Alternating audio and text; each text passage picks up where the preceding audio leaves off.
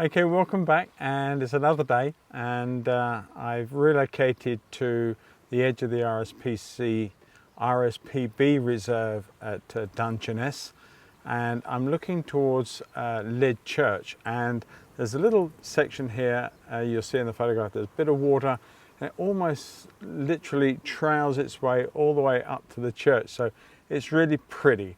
And I've got to be a bit careful because I'm half blocking an entrance for farm vehicles, but hopefully none will come by, and if they do, I'll have to move out the way for them. Right, so I'm just going to put these down to one side. I'm going to do a fairly quick sketch. I'm not going to do any wipeout in this. I'm just going to quite literally go for it. And a very high, those frogs are going like mad out there. So anyway, let's just put in a very high horizon. Well, say very high, about 2/3 through there like that. Something of that nature I think will work.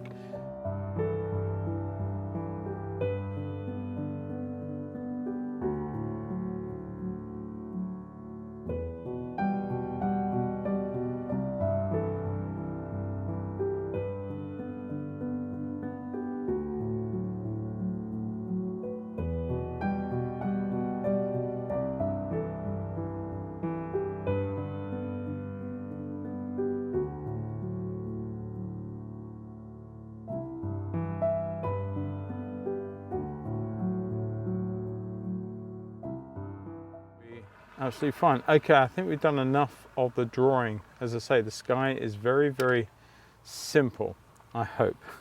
His famous last words. All right, let's start mixing up for that sky then. I'm going to come in with a lot of this cobalt teal. And for me, mixing skies with cobalt teal is fairly new. I haven't been using this paint for very long.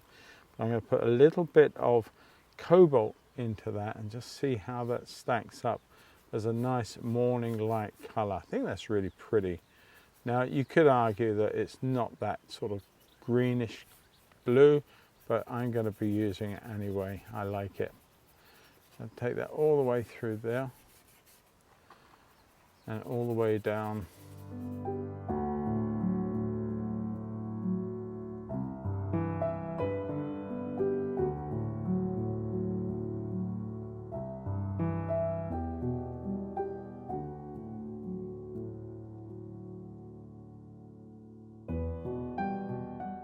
A little bit of cobalt in there, and let's stick some orange into that to one side. Don't mix the orange into every bit of it because you're going to come unstuck. So we're going to work for this color now, and we're a little way off, so let's keep mixing until we get there. A little bit, maybe a little bit of that turquoise in there. There we go.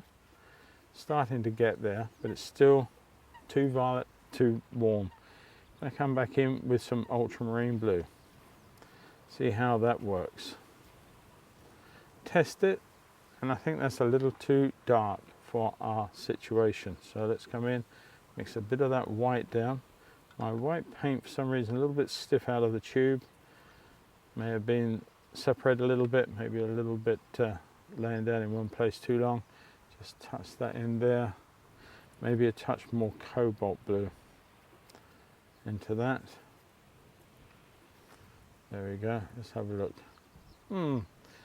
Still mixing, still going, and it is really worth taking your time mixing a colour down. There we are. I think we're a lot closer to it now.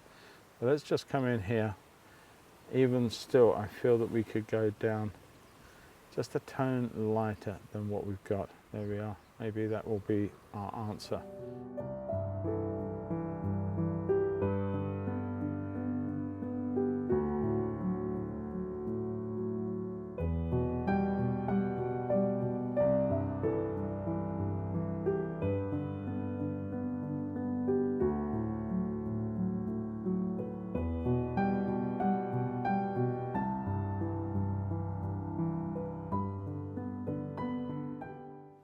Now I'm going to suddenly warm them up a little bit, and I'm going to come down here for that. Just a little bit of orange into the tops of one or two. That's a little bit too strong. It needs to be quite a bit lighter than that.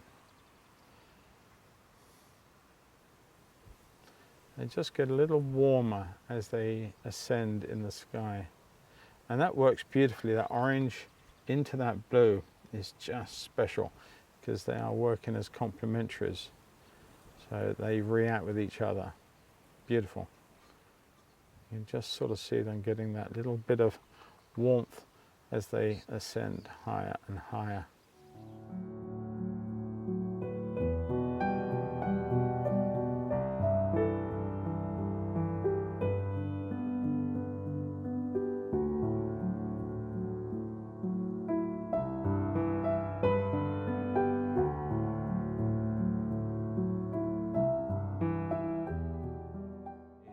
But I'm going to come across now, I'm going to add some white and a little bit of orange to our green. That's a little too strong. Come back. We're using really yellows. We're using the old green. We're going to put a bit of turquoise in there now. Hello, Mr. B. All right, I'm going to come in with a slightly fresher green colour along this field contour line way out the back there. There's an awful lot of different fields up through there, and if you were to drive the road through, you'd see all the different fields as you pass them. But from this distance, from this angle, we can't really see too much of what's going on back there. So that's all we really need to suggest. Now we've got some trees and bushes here, which I do have to put in. I'm going to leave that there. I'm going to actually put in a little bit more pale just through the very top part of that, if I can get that to register and pick up, using the back end of the dagger just to draw that little line of colour way off there. There we go. That's fine. I'm going to leave it at that. Clean the brush off because we want too much of that. What we've got to do is we've got to look at a lovely sort of greeny, light green surface on these fields through here. Now I'm still using the same brush. I don't see the point in changing up at the moment.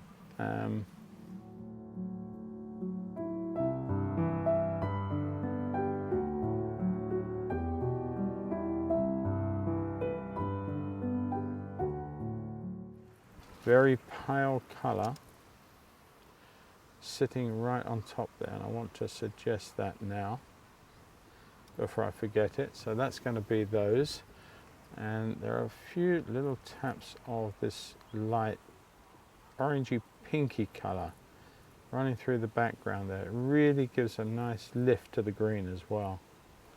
I'm going to use that. Mustn't forget, I think I got a little bit of water there, I said. There's certainly a little bit here, but there's a bank of grass where that I'm trying to look to see where it is. So we've got this area here coming down. I want to make that a little greener there from the orange, something like that. And yeah, come on, where are you? There we go. I've got to bring that through there because we've got an intersection here where that bit of water is. So I need to do that. And then I've got a little area here with some cows to go in. All right, moving swiftly on. We're going to bash in our water. Now our water is reflecting our blue sky, of course, but I'm going to put some cobalt teal and some King's blue light together, and a lot of white, a heck of a lot of white. There we go. Let's just see what we got there. Quite a warmish mix, but two on the blue side. I'm going to put some violet into that. That's what I was hoping the King's blue light would do, because it's a warm blue, but it wasn't doing it enough. So let's just come in, let's mix that down. As I said, that paint's a bit stiff. Hopefully we've got a colour that we can live with. Not too bad. Okay, I'm going to put that in to begin with. We can play around with those shapes.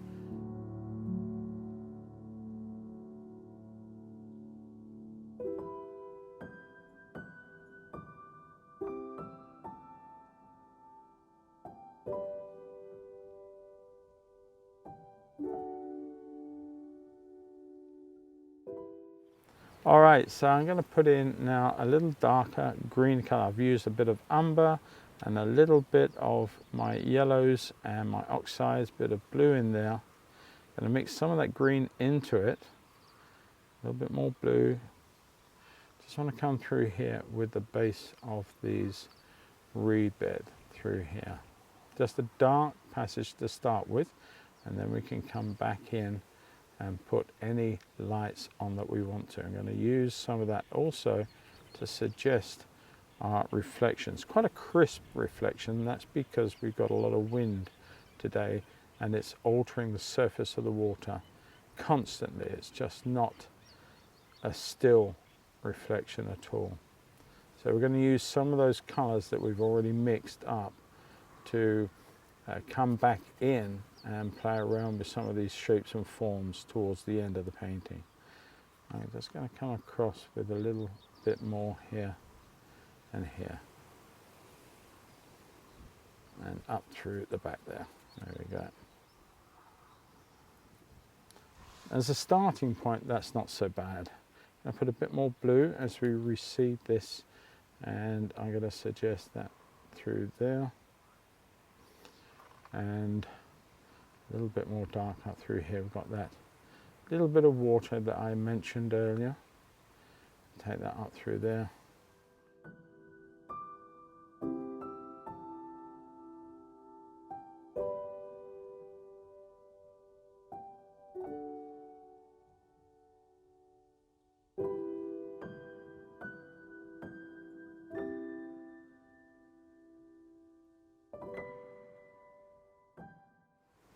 Coming towards the church. Now the church, we're going to put some darker values in too.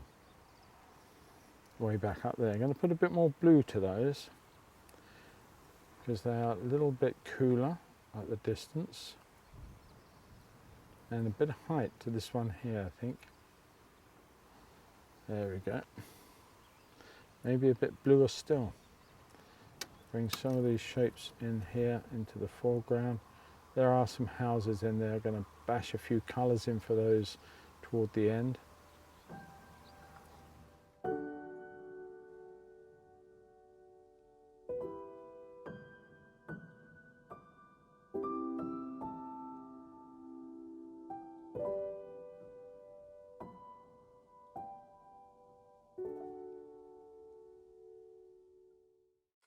Now we've got two swans back out for us to see, so that's great. They're not going to be much other than little white blobs, but hopefully we'll be able to put those in.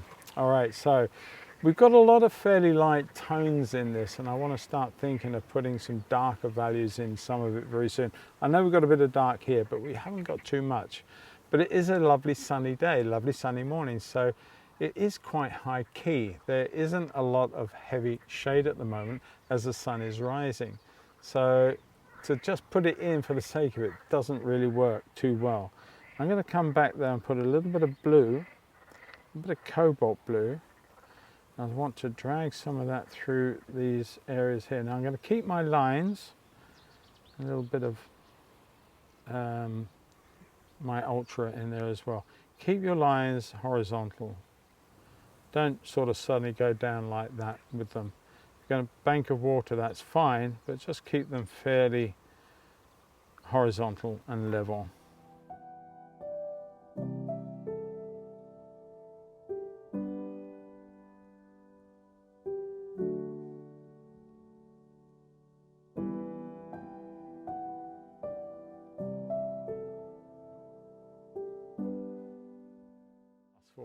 All right, now our church, it's very, very light and warm on one side. So I'm just going to come down here now and put that same color that we put in the skies up here, and put that into our church like that.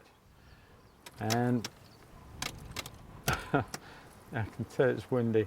And a few taps in here suggesting buildings back up there in what is lid. I use some of this old colour just to suggest the lights and the whites and the cool colours and the white buildings. You can just see little bits up through the back there. And they're merely taps for the brush. They're not trying to draw houses at all. I'll put a few more taps in a minute with some of the red roofs that you see.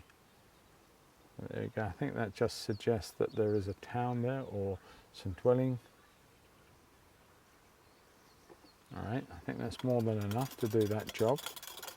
We're going to kind of come back in. I'm going to put a little bit of my oxide of red lovely colour. It's a little bit like the burnt sienna. It's just a little more transparent. I'm going to put in a few roofs.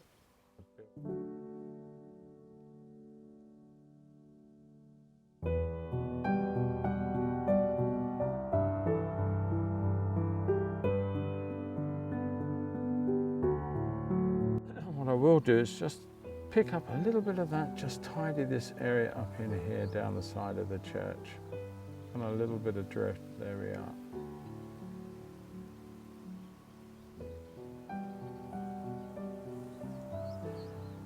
Holding my breath as I do it, I don't want to make any mistakes. Just taking the top down on the church, just a tad.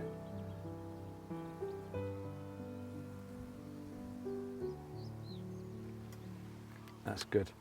Now I think what I will do is use the rigger just very quickly and put in those little spires. They are quite evident.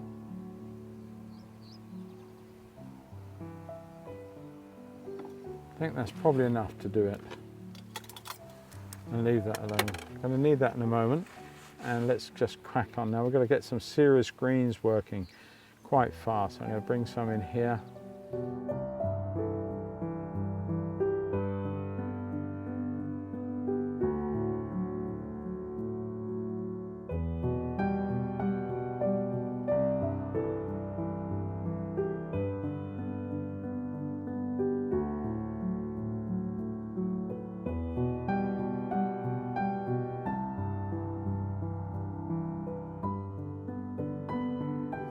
And put a lighter green, a little bit more yellow coming in.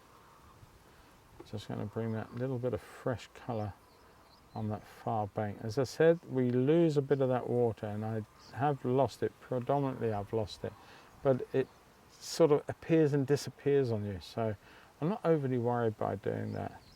A little bit of green up through there, going down into that area. And a little bit up on the top there, taking that field all the way through. Just join those two together, that's fine. Are we done with this part? I think we need a little bit more yellow and a little bit more white, just to give some height to some of these reeds in here. A little bit of brighter colour, especially out through there. And they're coming down, and another sort of positive line of reeds into the water. The tops are just catching the sun. I don't want to lose all that light colour either. I'm just going to bring some of that back in. That's a little too light. Bring a bit of orange back into that. So while we're on that, I'm going to come back into those bushes because they've sort of lost a bit of shape and a bit of dynamic presence, as it were. I'm going to put a bit of blue and a bit of umber together. Going to come in with some yellow to that and make that dark green colour.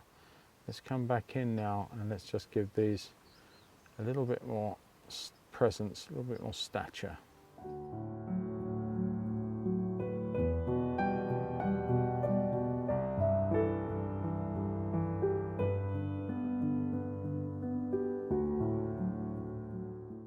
Just want to come in here with some more light in that water. I want to knock out some of that blue a little bit. Just being very, very strong with the colours that I'm just placing in here. Now my swan family, I think there are 6 cygnets. They are not more than a few days old. They are so tiny and so lovely to see them.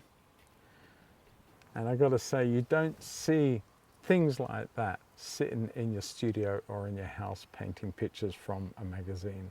You only see things like that when you get your kit and you move out into the countryside and you start observing nature for what it is. I'm preaching a little bit, but yeah, I just find that it really, really is quite an important thing to get out and do some plein air.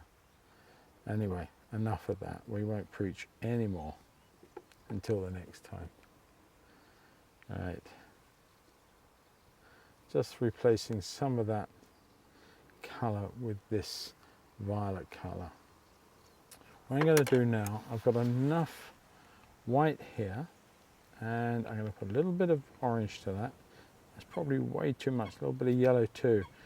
Both of those mixes too much. I'm going to come to one side, try and mix down that brilliant colour that I look for in a white, which is not white, it's anything but white, but it is that bright pinky white colour. I just want to put in a shape of our swan. Beautiful bird. This is just a token. Hope it looks a bit like a swan anyway. And I don't know which parent is which, but very hard to see. And let's put mum in, let's call it mum, there. And then we've got these 1, 2, 3, 4, 5. Mine are a little bit older than these ones, and 6. There you go, 6 little cygnets. I may come back in with some pure white on those in a moment, but they're just 6 little cygnets there. And what I'm going to do with this colour, I'm just going to come up here and put some cattle in.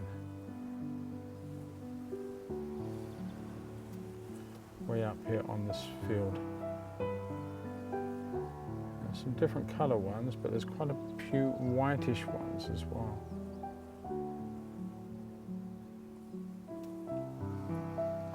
They're not meant to be sheep, so I want to make them not look like sheep.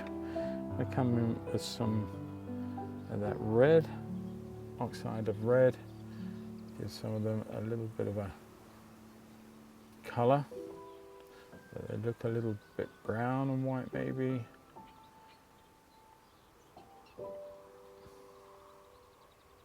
A couple of darker ones.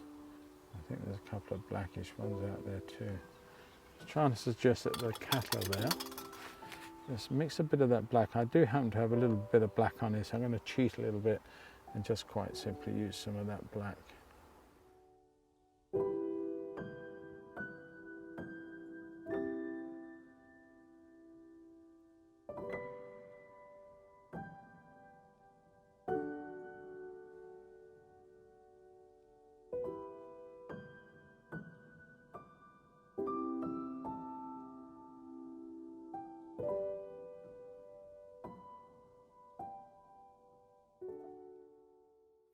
I'm going to stop filming here. I think I've probably done enough. I hope you've enjoyed this. I've had a lot of fun doing it, and there's always something extra you can do, but at the end of the day, this is just a simple plein air study. It stands or falls, in my opinion, on the work that I create at this time.